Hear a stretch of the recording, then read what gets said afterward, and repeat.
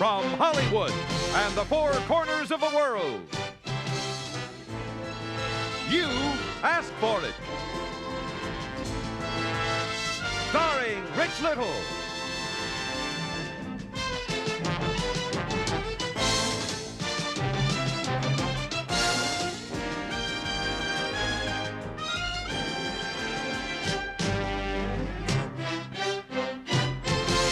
Here's the star of You Asked For It, Rich Little.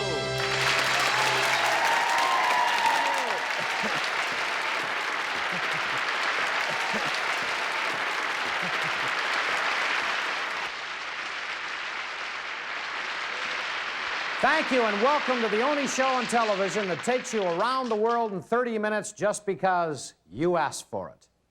Tonight, the fabulous Swordmakers of Mexico, the Swiss Miss, who's the world's #1 skating champ, and ex-prisoners return to Alcatraz, and much, much more. But first in our show, you know, once a year in Thailand, thousands of people gather at Surin for the annual roundup of wild elephants. And one of the day's big events, and I do mean big, is when the elephants play soccer. Here is Jack Smith with the story because Edward W. Hall of Stark, Florida, you asked for it. Few people think of Thailand as cowboy country. This Southeast Asian nation is mainly noted for its gilded wooden temples and the colorful artistry of its dancers. But every year, just before the monsoon rains begin, thousands of Thais gather here in Surin for a Thai version of an American county fair. And the festival includes the biggest rodeo and animal roundup in the world. It's the biggest because the Thais don't round up horses, they round up elephants. The elephant might be called the all-purpose workhorse of Thailand. This ponderous but fast-moving animal was the ancient battle tank of Thailand.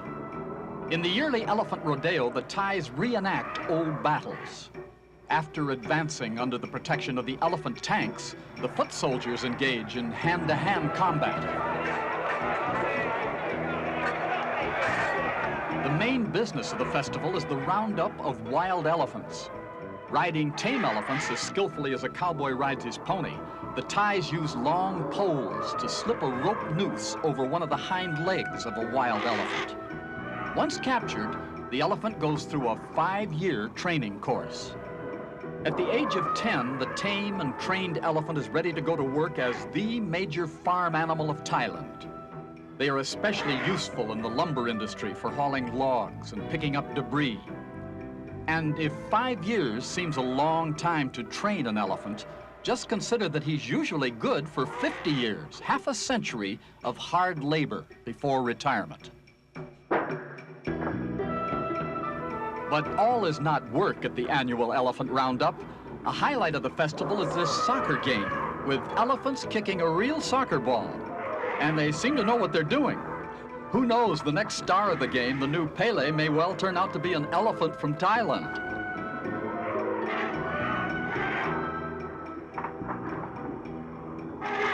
There's also a tug of war.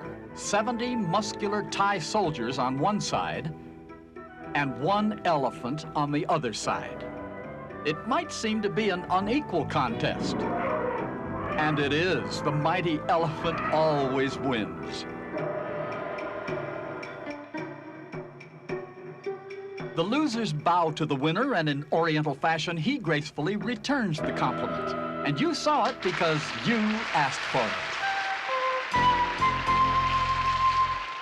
Only one thing Jack didn't get in that story, what the elephant said to the losers when he won that tug-of-war contest. He said,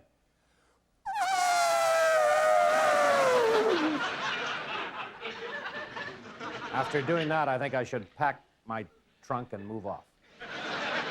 I'll be back in a moment with the fabulous Swordmakers of Mexico.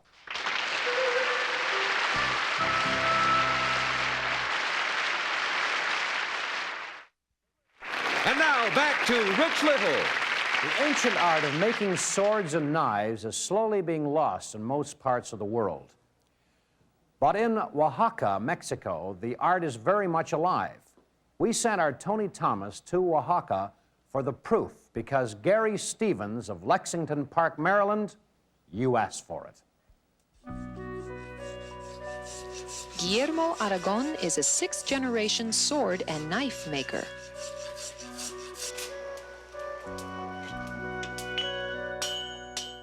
Although sword and knife making is a dying art, it's being kept alive here by Senor Aragon's 7 highly skilled and dedicated craftsmen. First, the knife is heated and pounded into shape. The handle is then cut and filed.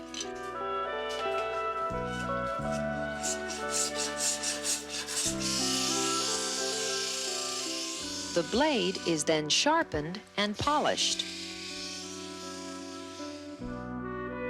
Finally, they are etched and dipped in acid. Well, we've been inside the factory and we've seen Guillermo's work and how he's fashioned these fabulous arms, but now I'd like to see what he can do with them. Guillermo, show us what you can do with this. What was once a rod of steel is now so flexible it can be bent from tip to handle. That's good. Okay. The factory also turns out knives which have the sharpness of razor blades.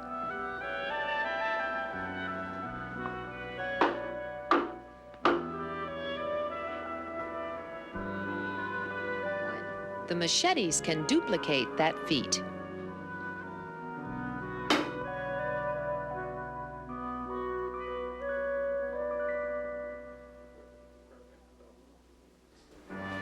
The Aragon family has made swords for the kings of Belgium and of the Netherlands, as well as President Charles de Gaulle of France and John F. Kennedy.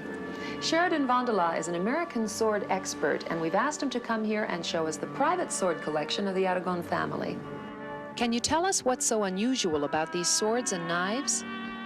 Well, they're all forged by hand, which is an art that's rapidly disappearing in the world. It requires a sixth sense. Sheridan, even with a little tiny piece like this, the handle is so unusual and it's so ornate. Can you tell me a little bit about how the Aragons fashioned such a handle? Well, it's made out of cow horn. Discs of cow horn are cut and then hammered down over the handle, interspersed with brass washers. And then sometimes to give a little contrast, sometimes they use pieces of fiber. Do they ever use leather? Are there other things? Yes, they use leather. Many of the handles are made of leather discs and hammered down. That's fascinating. One of the most exacting jobs is that of engraving a sword. Senor Aragon tells me that the etching on this sword is very special. Here it comes.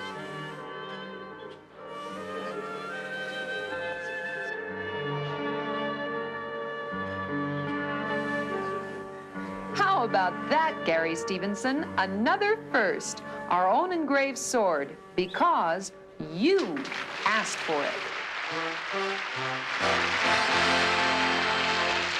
Can you imagine Guillermo taking that sword out of the sheath to show a friend and seeing, "You asked for it," written on the blade? Whew. You know, every night on You Asked For It, Jack Smith brings us another sensational story from the original show, the first of all reality shows. And now, once again, here's Jack. Thank you, Rich. You know, long before the women's liberation movement, You Asked For It was presenting the achievements of outstanding women.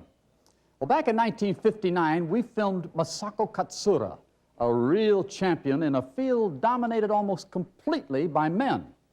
Now, if you keep your eye on the ball, you'll see why.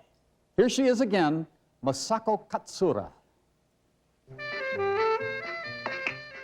Usually, a billiard parlor is strictly a man's world, but the world's fourth-ranking billiard champion happens to be a woman, Masako Katsura. Well, now, just for fun, she does things the hard way, like shooting a billiard around this traveling case. To refresh your memory, the cue ball must strike the other two balls to make a billiard, and with the paper bag in the way, this isn't easy.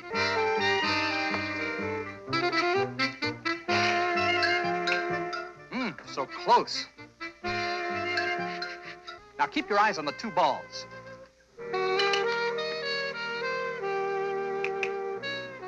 And she makes it look so easy. This one Masako calls the railroad shot. Keep your eyes on the cue sticks and you'll see why.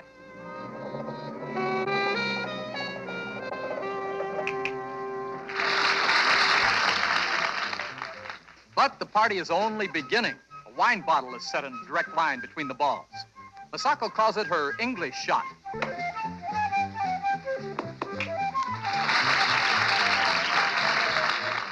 Now keep your eye on the top of the bottle.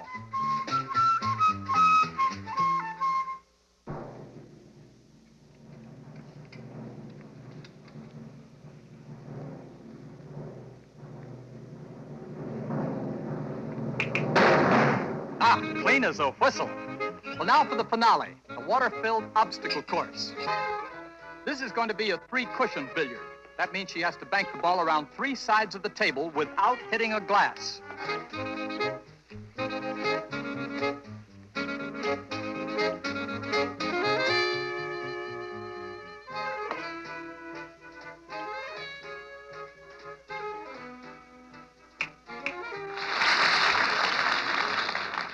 Still not convinced?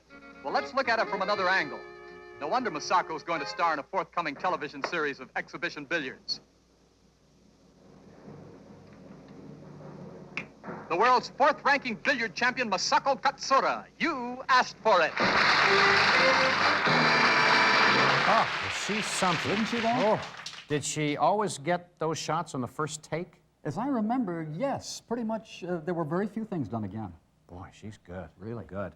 We'll be back in a moment with a Swiss miss who glided and spun her way to a world championship. Stay where you are.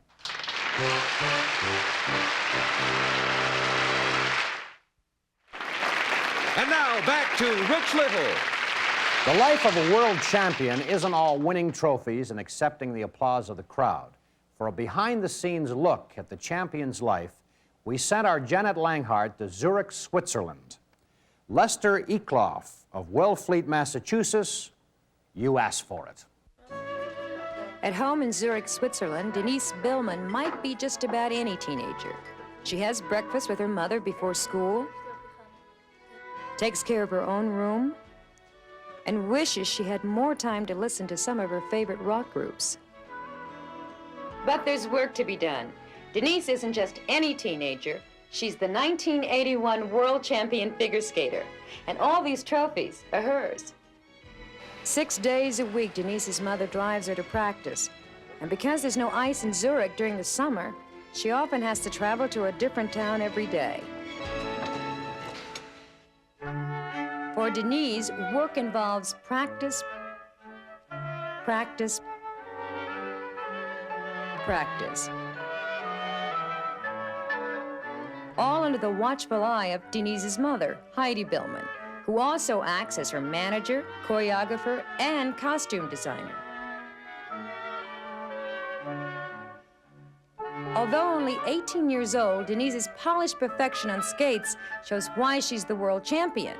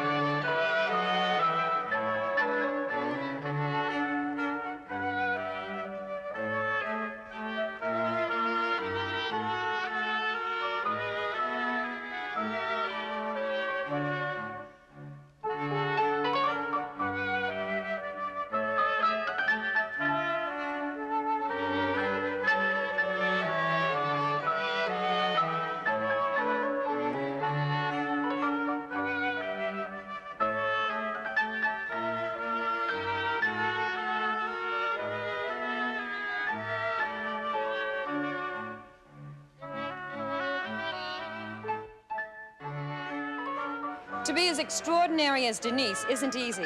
It takes a lifetime of hard work. And we've been pleased to visit with this young champion today because, Lester Ekloff, you asked for it. Oh, this is Dean Martin. You know that Denise Bellman is my favorite performer. Of course, I'm kind of prejudiced because I like anything on ice. Well, so far tonight, you've seen elephants playing soccer, the Swordmakers of Mexico, and the private life of a world champion skater. Now, what else would you like to see? If you have an exciting idea, write to us. The address is You Asked For It, P.O. Box 1980, Hollywood, California, 90028. This is Burt Lancaster as the Birdman of Alcatraz.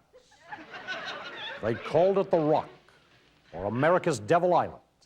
It was the toughest, most secure prison in the federal penitentiary system. Ha, ha, ha, ha, ha. Rose Fishman of Brooklyn, New York, wants an inside look at Alcatraz. And we invited a former inmate to go along with our camera crew. Jack Smith has the story because you asked for it.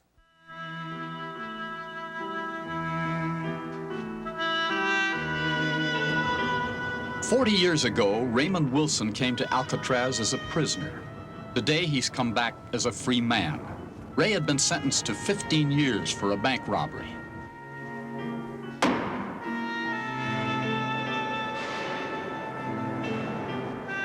All the institutions were told stories of Alcatraz. Everybody had fear of it.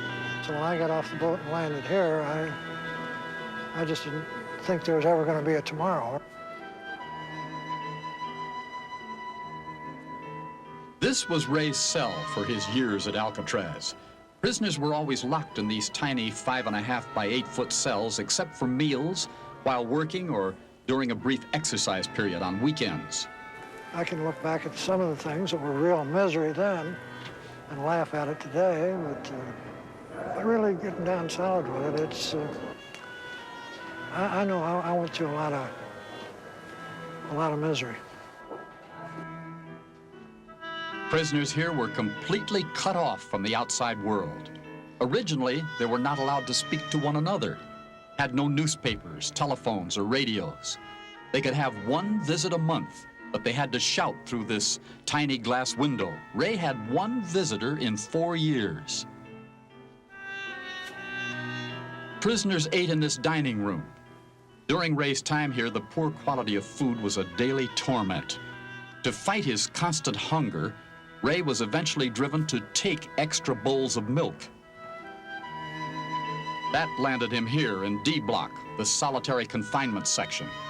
For as long as 19 days, prisoners were kept in solitary with no light, a bare metal bed on a metal floor, no heat, and sometimes no clothing. It's a cold, clammy feeling that you get a little time to think about your misdeeds. In 1963, federal officials decided to close the Rock. It was the end of an era in American prisons. But Ray Wilson had been long gone from Alcatraz when the end came. After 4 years on the Rock, he had been transferred to Leavenworth, which he remembers as being rather pleasant compared to Alcatraz. But news of the closing affected him. Well, I was happy to hear of it because of, well, what I consider a lot of the inhuman treatment. I didn't want anything like that to exist. I mean, I thought it was very inhuman. Today, Alcatraz is open to the public. Thousands of visitors from all over the world stream through the prison gates, fascinated by this relic, a monument to man's darkest nature. And Raymond Wilson has come back because you asked for it. Boy, wouldn't it be nice if we could turn all our prisons into tourist attractions? What a great day that would be.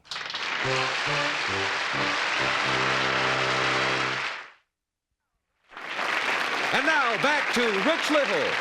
We'll see you next time on... Good night, everybody.